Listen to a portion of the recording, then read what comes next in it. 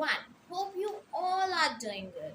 So, जैसे कि most of the times आप क्या रहते हो, कंफ्यूज रहते हो इस बात में कि हम साइनॉप्सिस का टॉपिक क्या लें, हम किस चीज़ पे रिसर्च करें। तो पहले तो वेलकम टू एवरीवन। एंड जैसे कि आपको पता ही है कि जो एमएड का सेकंड सेम है उसमें आपको साइनॉप्सिस बनानी होती है। अब साइनॉप्सिस होती क्या है वो सारा मैं एक्सप्लेन करूंगी साइड बाय साइड। आप सबको पता ही है कि उस साइनॉप्सिस के बेसिस पर, मतलब जो आप टॉपिक लेते हो उसके बेसिस पर आप जाके आगे रिसर्च करोगे। ठीक है जी। तो वो आपका एमएड फोर्थ सेम में होगा। सेकंड सेम में आपको सिर्फ साइनॉप्सिस बनानी है। तो साइनॉप्सिस होती क्या है, इसमें कैसे टॉपिक्स आपको लेने हैं, शॉर्ट में मैं आपको कुछ टॉपिक्स बता दूंगी अगर आपके लिए हेल्पफुल हैं। अगर आप चाहें तो वो टॉपिक्स भी ले सकते हैं, मोस्ट ऑफ द टाइम वो टॉपिक्स लिए जा चुके हैं। और बाकी आपको मैं खुद से एक फाइल दिखाऊंगी जो साइनॉप्सिस बनाई गई है, जो प्रीवियस ईयर स्टूडेंट्स ने बनाई है साइनॉप्सिस प्रिपेयर की है, तो मैं जरूर आपको वो दिखाऊंगी ताकि आपको थोड़ा आइडिया मिल जाए। कॉपी पेस्ट देखो करके कोई फायदा नहीं है, right. Research in the thing is, research आप सबको पता है, कहने का मतलब रिसर्च मीन्स फिर से उस चीज को सर्च करना जो ऑलरेडी किसी ने सर्च की है। बट क्या वो सही होगा कि किसी का कॉपी पेस्ट करके लिखना, ये भी गलत बात है।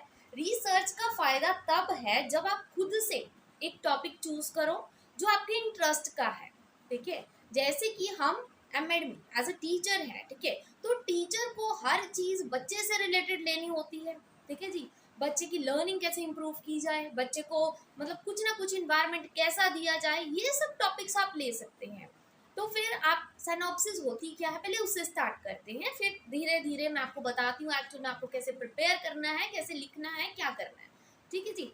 तो सबसे पहले साइनॉप्सिस क्या होती है, तो साइनॉप्सिस शॉर्ट में बताऊं तो साइनॉप्सिस होती है कि एक छोटी सी फाइल आपको बनानी है, कम से कम 8 से 9 पेजेस, इससे ज़्यादा नहीं बनानी। ठीक है, हद 10 पेज चले जाएंगे, उससे ज़्यादा आपको ये फाइल नहीं बनानी है। तो फाइल हम प्रिंटेड फॉर्म में होनी चाहिए, टाइपिंग आप करोगे उसका प्रिंट आउट निकलवाओगे 10 पेजेस।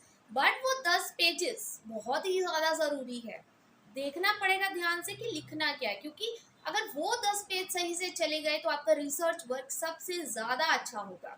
एक चीज याद रखना, रिसर्च देखो आप कॉपी पेस्ट करके भी लिख सकते हो, ठीक है, अगर आप इंटरेस्टेड नहीं हो रिसर्च करने में।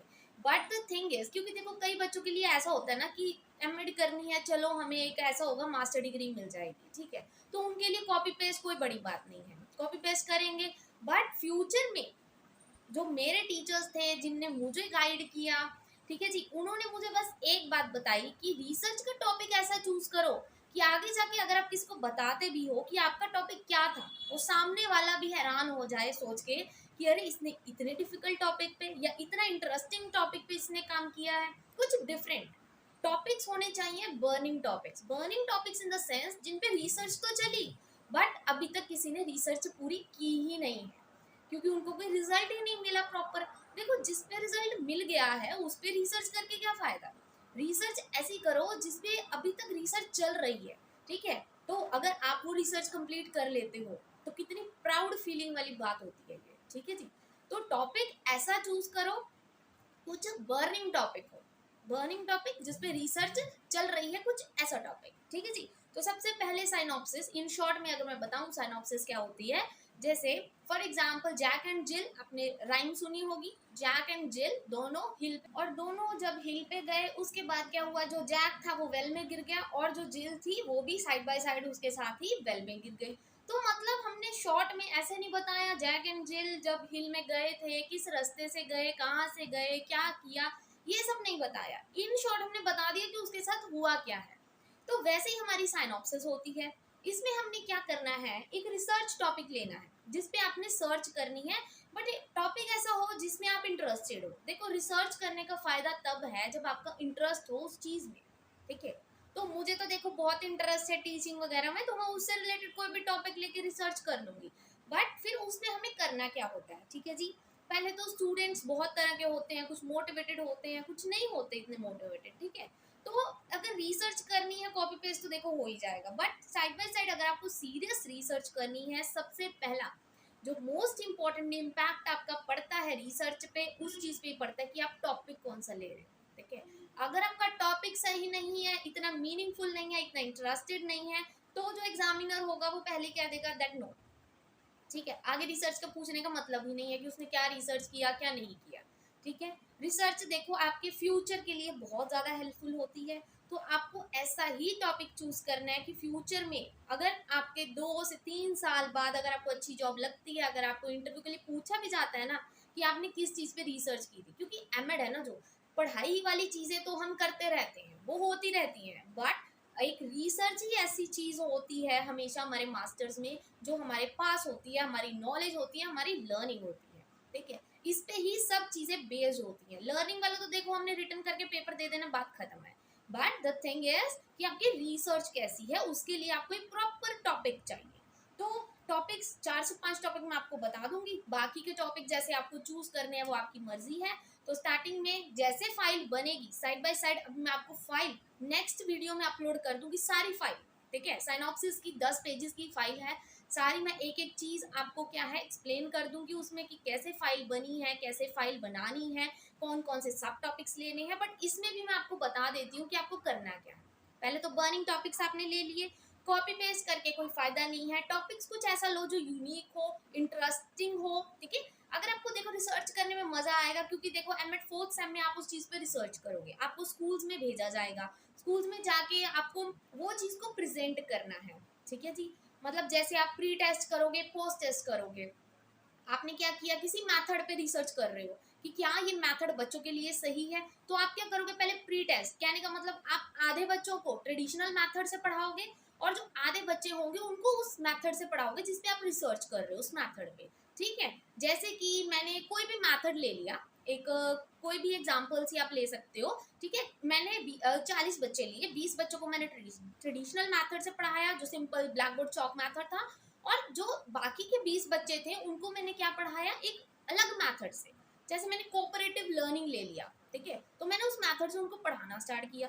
तो फिर मैं एंड में रिजल्ट देखूंगी कि मुझे क्या मिला, क्या ट्रेडिशनल वाले सही से पढ़े या जो कोऑपरेटिव लर्निंग से मैंने 20 बच्चे पढ़ाए वो सही से पढ़े। फिर उनका मीन, मीडियन, मोड जो भी है, जिस चार्ट से जो टूल्स मैंने यूज किए कि मैं क्या क्या चीजें करके, प्रोजेक्ट मेथड लिया, मैंने कुछ भी मेथड लिया, उनको पढ़ाया, क्या उन बच्चों में कोई चीज देखने को मिली, कुछ नया, मतलब उनका एटीट्यूड में चेंज आया, उनको मोटिवेटेड फील हुआ। ये सब चीजें आपको क्या है देखनी है जिस टाइम आपने रिसर्च करनी है। तो इसी चीज पे आपकी रिसर्च सारी बेस्ड होती है। ठीक है, तो सिनॉप्सिस जैसे आपको बता दिया। ठीक है, और क्या है मेन थिंग जो आपको दिमाग में रखनी है साइनॉप्सिस करते टाइम, जो आपके दिमाग में होनी चाहिए कि जो आप की पॉइंट्स लिख रहे हो ना उसकी सेंस बननी चाहिए, सेंसलेस वर्ड्स यूज नहीं करने। ठीक है, उसमें किसी का नाम नहीं लिखना सिवाय राइटर्स के, जैसे कि अकॉर्डिंग टू दिस राइटर उन्होंने ऐसा बोला, मैं इस मेथड को लेकर अकॉर्डिंग टू दिस राइटर उन्होंने ये मेथड बोला।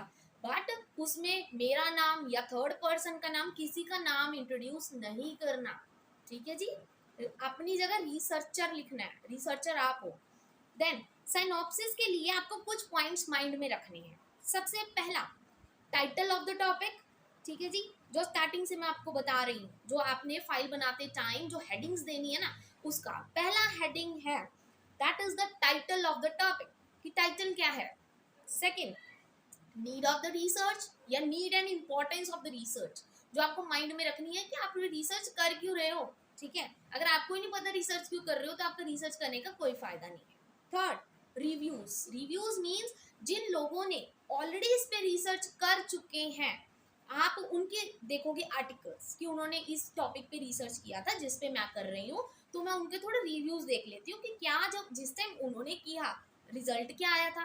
तो आप 5 से 6 लोगों का रिव्यू लोगे और उसको टाइपिंग में, जैसे आपको पता ही आपने करना है अकॉर्डिंग टू दिस, उन्होंने जो आर्टिकल लिखा उसके बारे में आप सारा लिख दोगे। ठीक है जी, देन मटेरियल्स और मेथड्स टू बी यूज, कौन सा मटेरियल आप यूज करके पढ़ा रहे हो, कौन सी मटेरियल यूज करके आप रिसर्च कर रहे हो, आपने कोई टूल यूज किया, आपने प्रोजेक्ट्स वगैरह बच्चों को करवाए, जो जो आप अपनी रिसर्च के अकॉर्डिंग करना चाहते हो वो आपके मेथड्स होंगे। ठीक है, जो मेथड उस टाइम आप यूज करोगे, आपने सिर्फ ये फ्यूचर प्लानिंग की तरह होता है सिनॉप्सिस जो है, कि आपने एमएड सेकंड सेम में बता दिया कि हमने ये करना है और फोर्थ सेम में जाके आप उस चीज पर वर्कआउट करते हो। ठीक है, लास्ट में आ जाएंगे रेफरेंसेस, कि आपने कहाँ कहाँ से हेल्प ली, वो आप सबको पता ही है कि रेफरेंसेस तो आपको लिखने ही होते हैं। अब मैं आपको जो सीधी सी बात पे आती हूँ वो है टॉपिक्स, कि टॉपिक्स कौन कौन से लेने हैं। मैं आपको कम से कम 4 टॉपिक्स बता दूंगी। ठीक है, इसके बाद जो नेक्स्ट वीडियो मैं अपलोड करूंगी उसमें मैं आपको सारा एक क्या है सनॉप्सिस प्रेजेंट करूंगी जो ऑलरेडी बनाई गई थी प्रीवियस ईयर स्टूडेंट्स की तरफ से। ठीक है, तो मैं आपको दिखा दूंगी तो आपको टॉपिक्स पता लग जाएंगे। ठीक है, उसके अकॉर्डिंग जैसे आपको हेडिंग्स होती है ना वो पता लग जाएंगी, तो आप उस अकॉर्डिंग अपनी रिसर्च स्टार्ट कर दीजिएगा कि आपको ये चीज़ें ज़रूरी है। सबसे पहला टॉपिक मैं ज़रूर आपको बताना चाहूँगी, पहला टॉपिक है impact of school funding on students achievement. ठीक है जी, इसमें आप रिसर्च कर सकते हैं और बहुत ही अच्छी रिसर्च हो सकती है। ठीक है जी, इसमें क्या है कि जो स्कूल की फंडिंग है, अगर स्कूल में फंडिंग प्रॉपर नहीं है, एक्टिविटीज प्रॉपर नहीं होंगी, तो उससे बच्चे की अचीवमेंट पर क्या प्रभाव पड़ेगा, ये आपका पहला टॉपिक है। ठीक है जी, सेकेंड टॉपिक, आप ये टॉपिक लिख भी सकते हो जो मैं बता रही हूँ। Second topic is effect of social and emotional learning on students wellbeing. ठीक है जी, सोशल और इमोशनल लर्निंग का बच्चे की वेलबींग पर क्या असर है, ये भी आप रिसर्च का टॉपिक ले सकते हैं। Third is impact of teacher training on students learning, कि टीचर ट्रेनिंग बच्चों के लिए क्यों जरूरी है, मतलब टीचर को ट्रेन करना क्यों जरूरी है बच्चों के लिए। ठीक है, इस पे कर सकते हो। Then fourth topic, that is the last topic, impact of classroom design on student learning, कि जो क्लासरूम का डिजाइन है, होल इंफ्रास्ट्रक्चर है, बच्चे की परफॉर्मेंस पे कैसे इफेक्ट करेगा, इन चीज़ों पे आप रिसर्च कर सकते हो। मैं कम से कम आपके लिए 4 बर्निंग टॉपिक्स लेके आई हूँ क्योंकि इन पे रिसर्च चल रही है, मैंने खुद इस पे रिसर्च किया है, तो मुझे लगा कि हाँ मुझे भी आपको शेयर करना चाहिए। आपको भी पता है मैं भी एमएड सेकंड सेम की ही स्टूडेंट हूँ, मैं खुद रिसर्च कर रही हूँ साइड बाय साइड। मुझे लगता है कोई नॉलेज वाली चीज़ है, मुझे आपको बतानी चाहिए ताकि आपकी भी हेल्प हो सके साइड बाय साइड। ठीक है जी, तो मैं आपके लिए 4 टॉपिक्स लेके आई हूँ।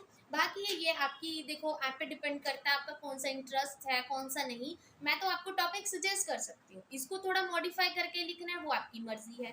ठीक है जी, और आज की वीडियो अगर आपको अच्छी लगी हो then please don't forget to like and subscribe my channel. ऐसे ही मैं डेली आपके लिए लेके आती रहूंगी सिनैप्सिस से रिलेटेड, अपनी रिसर्च करके कुछ इंपॉर्टेंट है तो आपके साथ भी शेयर करूंगी। और कल जो मैं वीडियो अपलोड करूंगी उसमें मैं आपको सारी सिनॉप्सिस की फाइल प्रेजेंट करूंगी, तो उससे भी आपको बहुत ज़्यादा हेल्प मिल जाएगी।